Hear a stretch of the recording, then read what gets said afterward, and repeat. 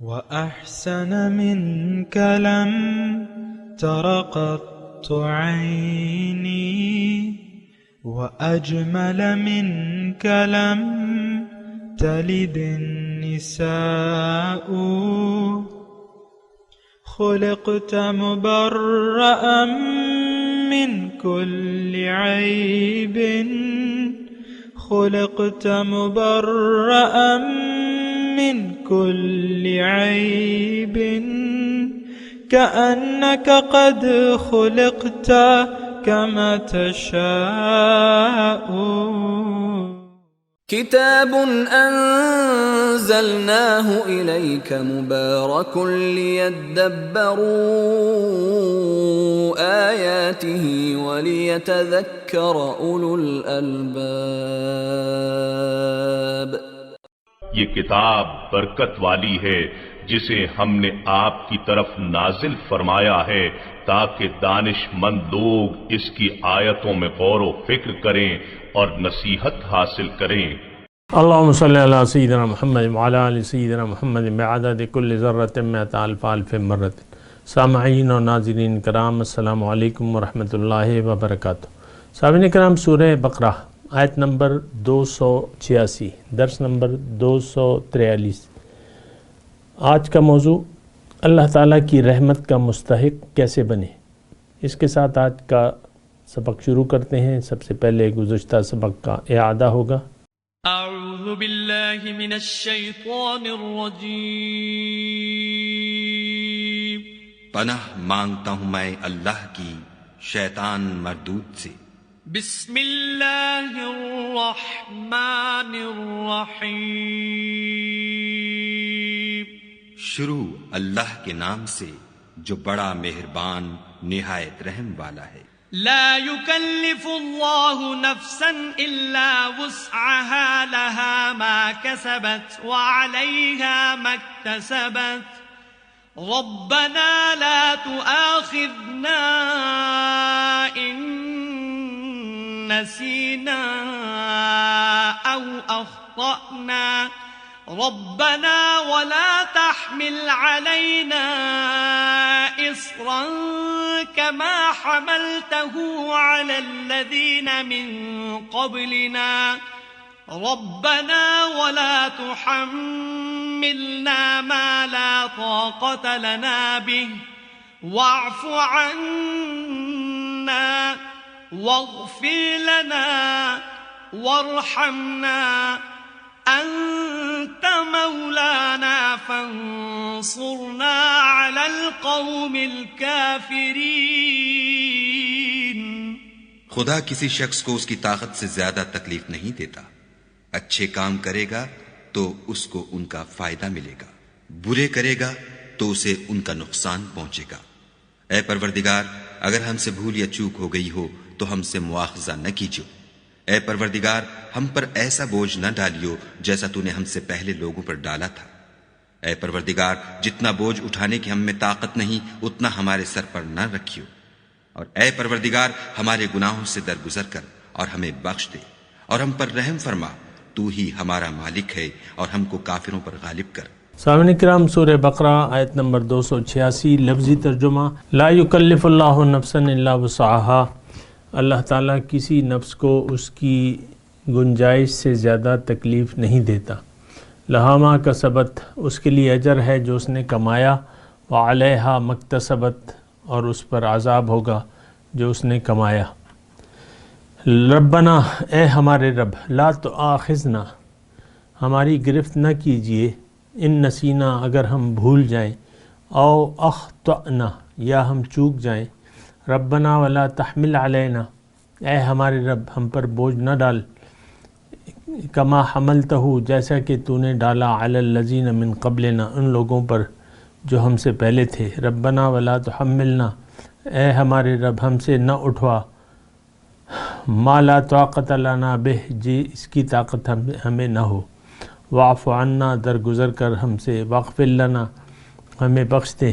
ورحمنا، ہم پر رحم کر. انت مولانا، تو ہمارا کارساز ہے. فانصرنا، پس ہماری مدد کر. علی القوم الکافرین، کافر قوم پر. سامعین اکرام، سورت کے آخری مضامین ہیں اور ہم سمجھنے کی کوشش کر رہے ہیں کہ ان انتہائی اہم جو 3 آیات ہیں اس کا مضمون کیا ہے۔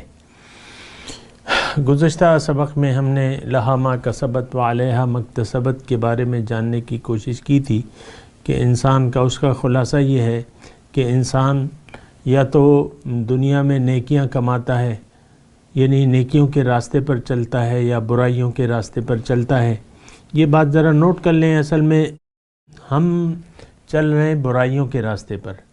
برائی کا راستہ غیر اللہ کا ہے، یعنی آپ ماسو اللہ کے علاوہ ماسو اللہ کے لیے جو زندگی گزارتے ہیں وہ برائی کا راستہ ہے۔ یہ بات ہم سمجھتے نہیں ہیں، لیکن اس کو آپ نے سمجھنا ہوگا۔ میں کوشش تو کر رہا ہوں لیکن آپ نے خود بھی سوچنا ہوگا۔ انسان، میں آپ سے کہہ رہا ہوں، انسان یا برائی کے راستے پر چلتا ہے، اور برائی یہ نہیں ہے کہ آپ نے زنا یا ایسے شراب پی لی، زنا کر لیا، یہ یا کسی چوری کر لی، یہ کر لیا۔ یہ صرف یہ برائی نہیں ہے، برائی کا ایک راستہ ہوتا ہے۔ اس کو تھوڑا سا سمجھنے کی کوشش کریں۔ برائی کا راستہ، ہر وہ راستہ برا ہے جس کی منزل دوزخ ہے، اور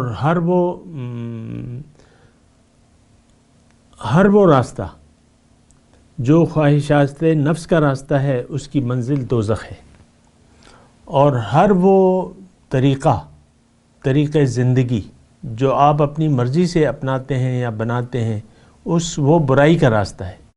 اس بات کو تھوڑا سمجھنے کی کوشش کریں نا۔ دیکھیں، میں کوشش کر رہا ہوں، مجھے جلدی نہیں ہے کہ میں قرآن کا یہ درس جو ہے بس جلدی آپ کو پڑھا کے میں فارغ ہو جاؤں، ایسی کوئی بات نہیں ہے۔ یہ اہم بات ہے جو میں کر رہا ہوں۔ دیکھیں، میں آپ کو دوسرے طریقے سے یہ بات بتا رہا ہوں۔ انسان یا تو نفسانی خواہشات کے راستے پر چلتا رہتا ہے ساری زندگی، اور یا یہ اللہ کے حکم کے سامنے سر جھکا کے چلتا ہے۔ آج کا ماحول آپ دیکھ لیں، آپ خود اپنے آپ کو دیکھ لیں، گھر میں بیٹھی ہوئی خاتون خانہ اپنے آپ کو دیکھ لے، اس کا خاوند اپنے آپ کو دیکھ لے کہ ہماری اصل میں ہم تو اپنی خواہشات کے تابع ہیں۔ خاتون خانہ نماز پڑھ رہی ہے، روزے رکھ رہی ہے، تلاوت کر رہی ہے، لیکن شوہر سے وہ اپنی مرضی سے سلوک کرے گی۔ اس کا اپنا ایک مزاج ہے، اور وہ تو بعض لوگوں کو تو پتہ بھی نہیں چلتا کہ ہمارا مزاج کیا ہے۔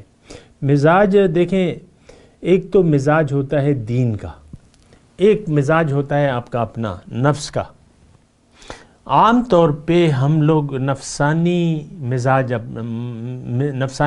اپنایا ہے۔ مثال کے طور پہ میں آپ کو کہتا ہوں، دیکھیں، لالچ ہے ہمارے نفس کی جو اخلاق رذیلہ ہے، لالچ ہے، بخل ہے، حسد ہے، کینہ ہے، اور دنیا کی محبت ہے، حب جاہ ہے، میں آپ انا پرست ہیں، یعنی نفسانی طور پہ آپ دیکھ لیں تو یہ نفسانی خواہشات کا راستہ ہے، یہ نفس ہے آپ کا۔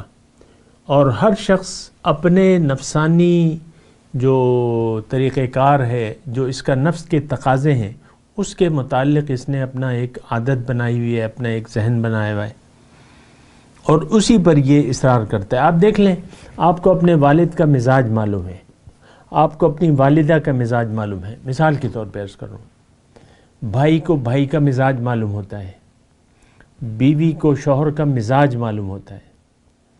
تمہارے تو مزاج ہی نہیں ملتے، یا شوہر کو بیوی کا مزاج معلوم ہوتا ہے۔ مزاج ہے نا، کیونکہ گھر میں آپ جن لوگوں کے ساتھ رہتے ہیں ان میں سے ہر ایک کا اپنا اپنا مزاج ہے،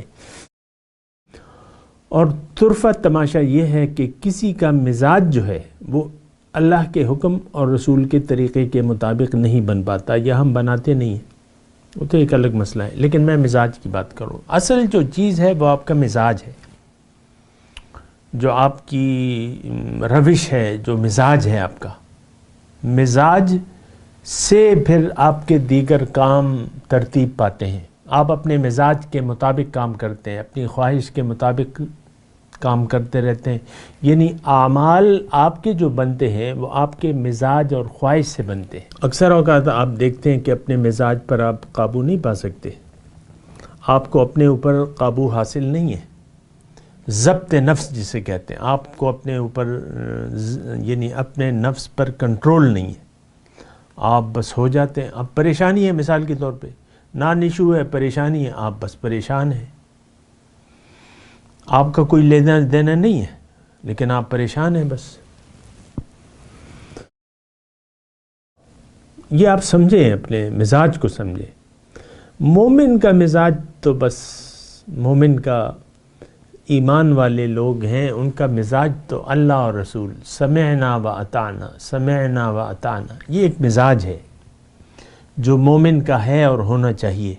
ہمارا یہ مزاج نہ ہے، نہ ہم بنانا چاہتے ہیں. سمعنا و اطعنا یہ مزاج ہمارا نہیں ہے. بہت سے لوگ معلوم ہے کہ حکم کیا ہے، رسول کا طریقہ کیا ہے، ان کی ہدایت کیا ہے، لیکن چونکہ وہ حکم، وہ طریقہ رسول کا مزاج کے خلاف ہے تو بس وہ مزاج کے خلاف ہے، بات نہیں کرتے. مثال کے طور پہ صبح ہی میں ایک تصویر دیکھ رہا تھا، کسی نوجوان کی تصویر تھی، بڑی بڑی مونچھیں تھی، داڑھی صفا چٹ. اب یہ اس کی خواہش ہے، ظاہر ہے بہت سے مچھل ہیں، فوجی جو ہیں آپ کے واہگہ بارڈر پہ مونچھ الاؤنس دیتے ہیں. یعنی آپ ہماری جو بے دینی ہے، جو بے راہ ربی ہے، اس کی آپ وہ دیکھیں. مثال آپ کو میں بتا رہا ہوں، مچھل وہ الاؤنس، اس پہ آپ تیل لگائیں گے، مونچھیں بڑی کریں گے، داڑھی کو مونچھوں میں شامل کریں گے. یہ تو رسول کا طریقہ نہیں ہے، اور یہ ہمیں معلوم ہے. رسول کا واضح حکم ہے کہ مونچھوں کو پست کراؤ اور داڑھی بڑھاؤ. تو میں ویسی میں نے ایک بات لی ہے، اور یہ ہمارا ایک قومی مزاج ہے، تو وہ مزاج پھر فوج میں بھی آ گیا ہے. میں نے خود یہ پی ایم اے کے جو کیڈٹ ہوتے ہیں، ان کی جو ایک پروگرام دیکھا تھا، تو کیڈٹ کا سب سے پہلا کام جو ہے داڑھی موڑنا ہوتا ہے. اب پتہ نہیں کیا رواج ہے یا نہیں ہے، لیکن جو کیڈٹ ہے اس کو سب سے پہلے جو ہے صبح اٹھ کے اپنی داڑھی موڑنا ہوتی ہے. یہ دیکھیں، یہ فوج مطلب ایک کنٹرولڈ وہ ہے، لیکن ہمارا مزاج قومی جو ہے، فوج کون ہے؟ ہم ہیں، عوام ہیں. وردی پہننے سے تو کوئی انسانیت سے الگ تو نہیں ہو جاتا. یہ ایک مزاج ہے ہمارا کہ اللہ کے حکم کو نہ ہم نے سننا ہے نہ ماننا ہے، اللہ کے رسول کے طریقے کو نہ ہم نے سن بھی لیا لیکن ماننا نہیں ہے. ماننا اپنے ہے.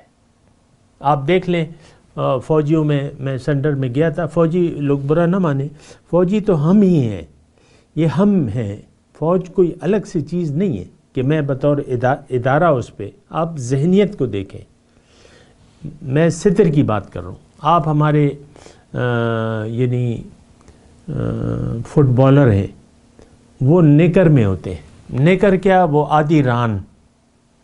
لیکن مرد کا جو ستر ہے وہ شروع ہوتا ہے گھٹنوں سے، لیکن آدھی ران ہے. پوری قوم جو ہے اس میں مبتلا ہے. باڈی بلڈنگ سارا جو ہے آپ کا، بس وہ ایک چڈی انہوں نے باندھی ہوتی ہے، چڈی، اور سارا ستر کھلا ہوتا ہے مرد کا. عورتوں کا تو ایک طرف رکھے نا، مرد کا. یہ ایک ذہنیت ہے کہ ہم نے دین کو نہیں ماننا. اور اس میں آپ دیکھیں طرفہ تماشا یہ ہے کہ ایک باڈی بلڈنگ کا وہ ایک تصویر میں دیکھ رہا تھا، اس میں داڑھی والے لوگ بھی ججز کے فرائض انجام دے رہے تھے. داڑھی والا بھی باڈی بلڈر تھا، اور ظاہر ہے کہ وہ باڈی بلڈر ہی تھا، وہ بھی دیکھے گا. پرایا سطر حرام، جس کی طرف نظر کرنا حرام ہے، وہ باڈی بلڈنگ کا آپ کا اونچا مشغلہ ہے، اس پہ آپ انعامات بھی دیتے ہیں. یہ ایک ذہنیت ہے کہ ہم برائی کے راستے پر ہیں. برائی کا راستہ کیا ہے؟ کہ آپ کا مقصود دنیا ہے، اللہ آپ کی منزل نہیں ہے. یہ برائی کا راستہ ہے.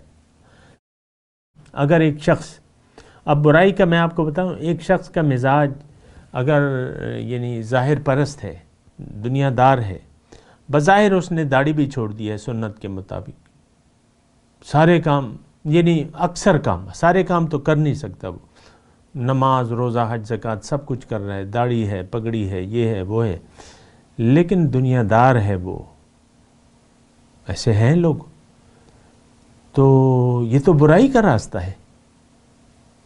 دیکھیں اچھائی کا جو راستہ ہے اس میں پہلی چیز جو ہے نیت ہے انسان کی، پہلی چیز جو ہے کلمہ طیبہ ہے۔ پہلے کلمہ طیبہ آپ نے پڑھ کے یقین کرنا ہے، اس میں پڑھ لیا یقین نہیں ہوا تو آپ مسلمان ہی نہیں ہوئے، یہ تو قرآن کا مضمون ہے۔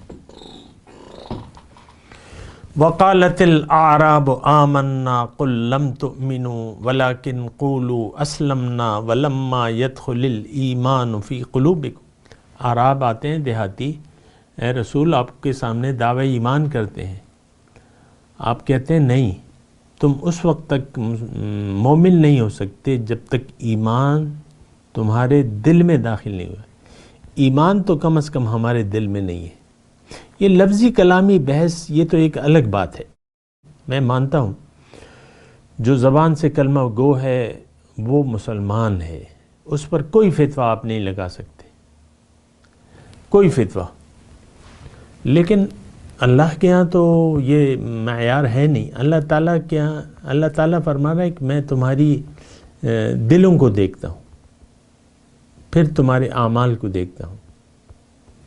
وَلَكِنْ يَنْظُرُ إِلَىٰ قُلُوبِكُمْ، تمہارے دل کو دیکھتا ہوں۔ دل میں تو دنیا ہے ہمارے، اس پہ آپ غور کریں، دل میں دنیا بہرحال۔ تو لہا ما کسبت وعلیہا مکتسبت میں ہم بات کر رہے تھے، اور یعنی انسان یا برائی کما رہا ہے یا اچھائی کما رہا ہے۔ آج کل کا معاشرہ، میں مضمون کو سمیٹ رہا ہوں، آج کل کا معاشرہ برائی کے راستے پر ہے، اگرچہ وہ بظاہر کلمہ نماز زکوٰۃ حج کر رہا ہے، لیکن راستہ برائی کا ہے، راستہ دنیا کا ہے، دنیا داری کا ہے۔ اللہ کا حکم، رسول کا طریقہ نو۔ تو اب یہ اچھائی کا راستہ یہ نہیں ہے، کم از کم برائی کا راستہ ہے، تو اچھائی کے راستے کو اختیار کر لیجئے۔ اچھائی کے راستے میں پہلی تو آپ کی نیت دیکھی جائے گی، زندگی گزارنے کی نیت کیا ہے۔ دیکھیں عقیدہ ایک بنیادی چیز رکھتا ہے، عقیدہ، تو عقیدے کی بنا پر پھر اعمال آپ کے لیے آسان ہوں گے۔ لیکن اگر آپ کا عقیدہ، یہ اہم بات میں کر رہا ہوں، بعض لوگوں کو دین مشکل لگتا ہے، اس کا یہ مسئلہ یہ ہوتا ہے کہ عقیدہ ہمارا ہوتا نہیں ہے۔ عقیدہ مطلب یقین، نیت نہیں ہوتی، یقین نہیں ہوتا، تو پھر اعمال وہ ہم کر نہیں سکتے جو کہ مطلوب ہے، جو کہ شریعت ہے، وہ پھر بہت مشکل ہو جاتی ہے۔ تو آگے چلتے ہیں۔ ربنا لا تؤاخذنا ان نسینا او اخطانا، اس میں مضمون یہ ہے کہ اللہ تعالیٰ نے بھول چوک کو معاف کر دیا ہے، اس پہ پکڑ نہیں ہے۔ لیکن آپ کو میں نے عرض بھی کیا تھا کہ ہماری بھول چوک نہیں ہے جو ہم زندگی گزار رہے ہیں، قصداً عمداً دنیا ہی کو ہم نے منزل بنا کے دنیا کی طرف رخ کر کے دنیا کی طرف دوڑ رہے ہیں، اور کوئی منزل ہی نہیں ہے، تو اس پہ پکڑ ہوگی، وہ تو برائی کا راستہ ہے۔ بہرحال آگے چلتے ہیں۔ ربنا ولا تحمل علینا، ہم پہ اتنا بوجھ نہ ڈال جیسا کہ تو نے ہم سے پہلے لوگوں پر ڈالا۔ تو اللہ تعالیٰ نے اب دیگر قوموں کی ہم بات نہیں کر رہے، ہم تو اب اپنی بات کر رہے ہیں کہ بوجھ اتنا ہی ہے جتنا آپ اٹھا سکتے ہیں، بس یہ بات نوٹ کر لیں۔ میں تو بہت سے لوگوں کو کہتے ہوئے سنتا ہوں کہ بھئی یہ بوجھ تو ہم نہیں اٹھا سکتے، یہ تو ہماری استطاعت سے باہر ہے، لیکن اللہ تعالیٰ نے لکھ دیا ہے قرآن میں کہ ایسی بات نہیں ہے۔ یہ دیکھیں دعا ہے، دعا ہے نا، ربنا ہے نا، ربنا دعا ہے، اور یہ مقبول دعا ہے، ایسا ہی ہے۔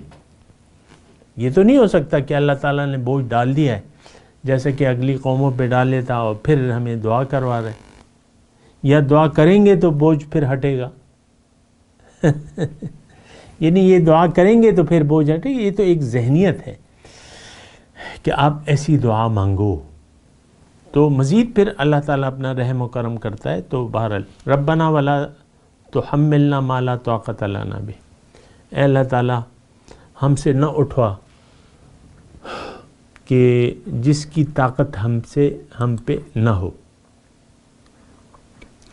اس کا بھی تقریباً وہی معنی بنتا ہے کہ انسان کی طاقت، دین جو ہے وہ انسان کی طاقت کے مطابق ہے. بعض اوقات میں نے تو اپنی تفصیل اس کی کر دی ہے، واعف عنا، اے اللہ تعالی ہم سے درگزر فرما، واغفر لنا، اور ہمیں معاف فرما دے، وارحمنا، ہم پر رحم کر. اب یہ تین سوالات ہیں، 3 دعائیں ہیں، درگزر، بخشش اور رحم. اور مبارک ہو آپ کو کہ آپ نے جب اللہ کی راستے کی نیت کر لی تو اللہ تعالیٰ آپ سے درگزر فرمائے گا، آپ کی خطاؤں کو بخش دے گا، آپ پر خصوصی رحم ہوگا. آپ کو مبارک ہو.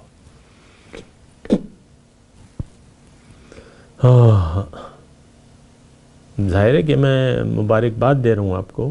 اگر آپ نے ایسا کر لیا کہ اللہ کو منزل بنا کے اللہ کے راستے پر آپ چل پڑے، تو اب آپ کی جو خطائیں ہیں، بعض اوقات یہ ہوتا ہے نا، یہ ایک مطلب شیطانی وہ ہے نا، کہ انسان کہتا ہے کہ یار میں مثال کے طور پہ میں مردوں کی بات کر رہا ہوں، بہت سے لوگ داڑھی شریف نہیں چھوڑتے. وہ کہتے ہیں یار پہلے ہم اپنے آپ کو سدھار لیں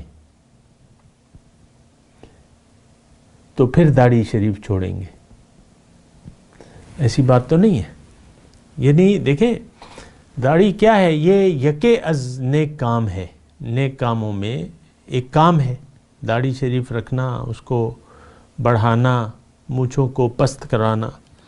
تو یعنی آپ آغاز کر دیں. بہرحال میں واعف عنا، یعنی لوگ یہ کہتے ہیں، ایسا بعض لوگوں میں ایسا کہ بھئی ہم یعنی داڑھی اس لیے نہیں چھوڑ رہے کہ پھر وہ کچھ اگر خطائیں ہو جائیں تو پھر کیا کریں گے. تو مبارک ہو آپ کو کہ آپ داڑھی رکھ لیں، اور اگر آپ کی کوئی بھول چوک ہو تو اللہ تعالیٰ معاف کر دے گا.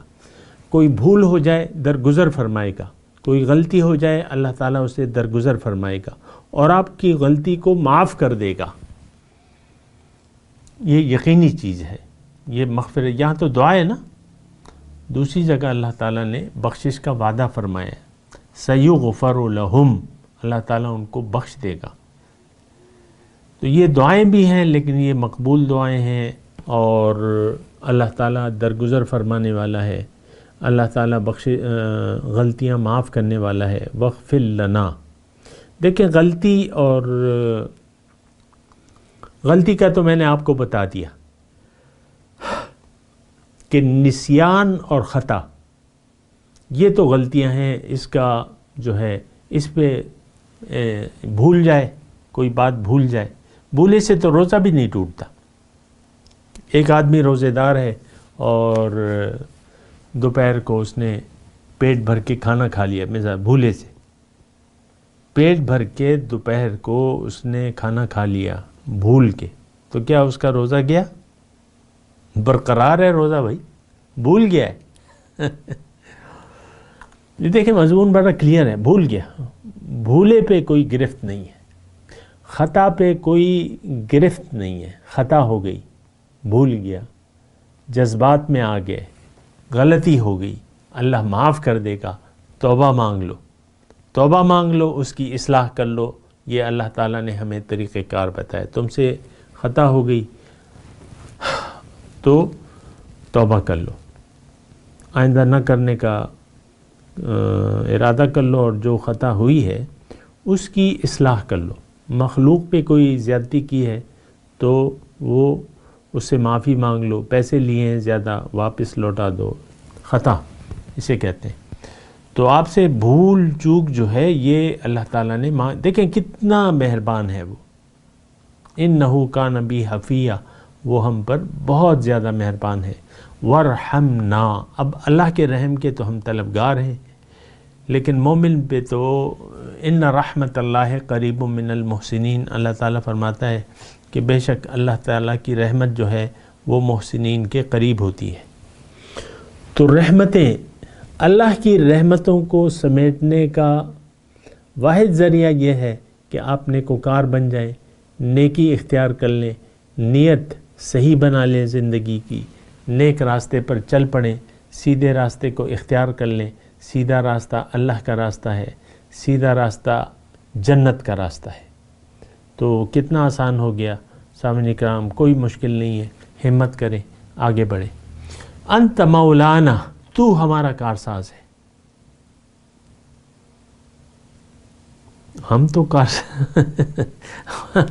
ہم نے تو کارسازی کے لیے اور بتوں کو منتخب کیا ہوا ہے۔ پیسہ ہمارا کارساز ہے، تعلقات ہمارے کارساز ہیں۔ عام عوام کو دیکھیں، تعلقات بنائے رکھنا چاہتے ہیں بڑے لوگوں کے ساتھ۔ بڑے لوگ کیا ہے؟ طاقت تو نہیں ہے ان کے پاس، بظاہر ہے، اصل طاقت تو اللہ کے پاس ہے، آج بھی ہے اور کل بھی اللہ کی ہوگی۔ ان ینصرکم اللہ فلا غالب لکم وان یخذلکم فمن ذا الذی ینصرکم من بعدہ۔ اللہ تعالیٰ نے قرآن میں لکھا ہے کہ اگر اللہ تمہاری مدد کرے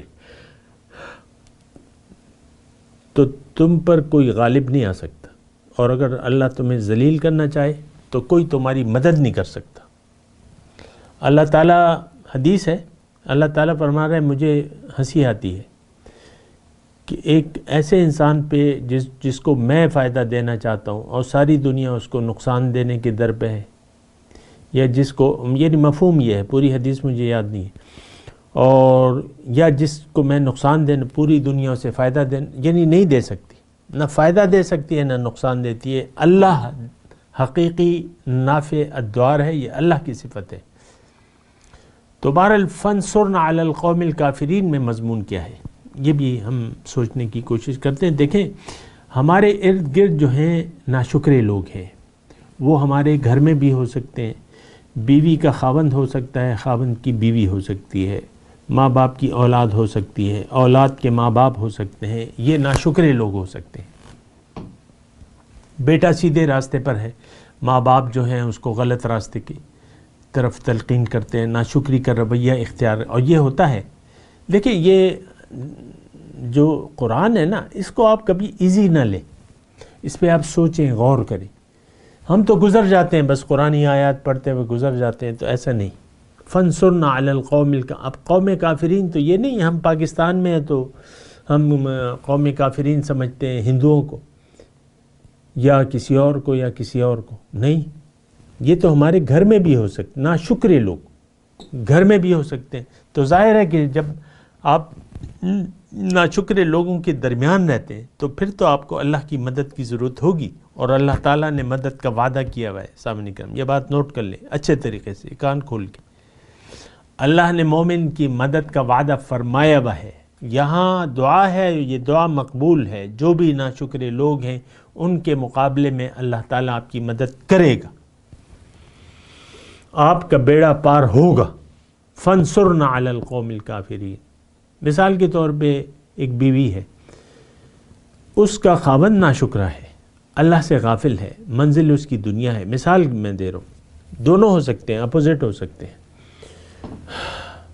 بیوی جو ہے نیک ہے، یا خاوند جو ہے وہ صحیح ہے، شکر گزار ہے، بیوی ناشکری ہے، اور بیویاں تو اکثر شوہروں کی ناشکری ہوتی ہیں، ایسی تو کوئی خاص بات نہیں ہے، لیکن ناشکرے لوگ آپ کے گھر میں بھی ہو سکتے۔ قوم الکافرین ہے، فانصرنا علی القوم الکافرین، آپ میری مدد کرنے، آپ ہماری مدد کریں، جو ناشکرے لوگ ہیں ان پر ہماری مدد کیجئے۔ تو بات یہ ہے کہ اللہ کی مدد حق ہے، اللہ تعالیٰ نے اپنی مدد کا وعدہ فرمایا ہوا ہے، اس بات میں تو کوئی شک و شبہ نہیں ہونا چاہیے اہل ایمان کو کہ یقیناً اللہ تعالیٰ ان کا حامی و ناصر ہے۔ انما ولیکم اللہ ورسولہ، تمہارا دوست کارساز تو اللہ اور اس کے رسول ہیں۔ یہ ہمیں شیطان، دیکھیں شیطان نے ورغلا دیا ہے، اور ہم غیر اللہ کی طرف دیکھتے ہیں مدد کے لیے، اس کے لیے نو، اللہ مدد کرنے والا ہے، بس اللہ، بس باقی ہوس، اللہ کارساز ہے، اللہ مددگار ہے، اللہ مولا ہے، اللہ دوست ہے، اللہ ولی الذین آمنوا۔ بہرحال اللہ کا کرم ہے، شکر ہے، اس کی توفیق سے ہم نے سورہ بقرہ کی ان 3 آیاتوں پر غور و فکر کیا۔ اللہ نے ہمیں سمجھنے کی توفیق عطا فرمائی، مجھے بیان کرنے کی اور آپ کو سننے کی۔ اللہ تعالیٰ سے دعا ہے آئندہ بھی اللہ تعالیٰ ہمیں اسی طرح قرآن کو ہمیں بیان کرنے اور سننے کی توفیق عطا فرمائے۔ اور ابھی میں تلاوت کرتا ہوں، میرے ساتھ دہرائیے یا ترجمہ سنا دے۔ اعوذ باللہ من الشیطان الرجیم، بسم اللہ الرحمن الرحیم، لا یکلف اللہ نفسا الا وسعها۔ اللہ تعالیٰ انسان کی گنجائش سے زیادہ کسی کو بوجھ نہیں ڈالتا، کسی پر بوجھ نہیں ڈالتا، پابند نہیں کرتا۔ لا یکلف لہا ما کسبت وعلیہا ما اکتسبت، اس کے لیے اجر ہے جو اس نے کمایا اور اس پر ہے جو یعنی اس پر عذاب ہے جو اس نے کمایا۔ ربنا لا تؤاخذنا ان نسینا، اے ہمارے رب ہماری پکڑ نہ کر اگر ہم بھول جائیں، او اخطأنا یا ہم چوک جائیں۔ ربنا ولا تحمل علینا اصرا کما حملتہ علی الذین من قبلنا، اے ہمارے رب ہم پر بوجھ نہ ڈال جیسا کہ تو نے ڈالا ان لوگوں پر جو ہم سے پہلے تھے۔ ربنا ولا تحملنا ما لا طاقت لنا بہ،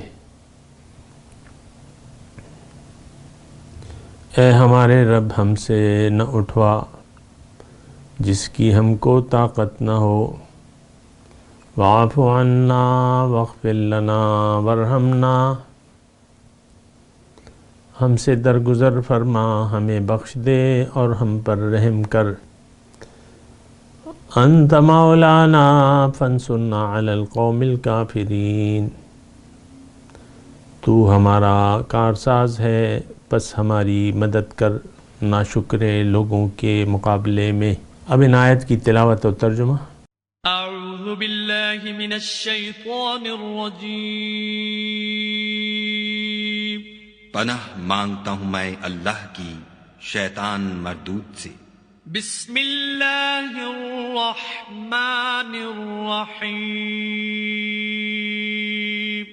شروع اللہ کے نام سے جو بڑا مہربان نہایت رحم والا ہے۔ لا يكلف الله نفسا إلا وسعها، لها ما كسبت وعليها ما اكتسبت، ربنا لا تؤاخذنا إن نسينا أو أخطأنا، ربنا ولا تحمل علينا إصرا كما حملته على الذين من قبلنا، ربنا ولا تحملنا ما لا طاقة لنا به، واعف عنا واغفر لنا وارحمنا أنت مولانا فانصرنا على القوم الكافرين۔ خدا کسی شخص کو اس کی طاقت سے زیادہ تکلیف نہیں دیتا، اچھے کام کرے گا تو اس کو ان کا فائدہ ملے گا، برے کرے گا تو اسے ان کا نقصان پہنچے گا۔ اے پروردگار اگر ہم سے بھول یا چوک ہو گئی ہو تو ہم سے مواخذہ نہ کیجو۔ اے پروردگار ہم پر ایسا بوجھ نہ ڈالیو جیسا تو نے ہم سے پہلے لوگوں پر ڈالا تھا۔ اے پروردگار جتنا بوجھ اٹھانے کی ہم میں طاقت نہیں اتنا ہمارے سر پر نہ رکھیو، اور اے پروردگار ہمارے گناہوں سے درگزر کر اور ہمیں بخش دے اور ہم پر رحم فرما، تو ہی ہمارا مالک ہے اور ہم کو کافروں پر غالب کر۔ سامعین کرام، اس کے ساتھ آج کے درس کا وقت اختتام کو پہنچا۔ اگلے درس میں انشاءاللہ ملاقات ہوگی۔ وآخر دعوانا ان الحمدللہ رب العالمین۔ مولاي صل وسلم دائما أبدا على حبيبك خير الخلق كلهم.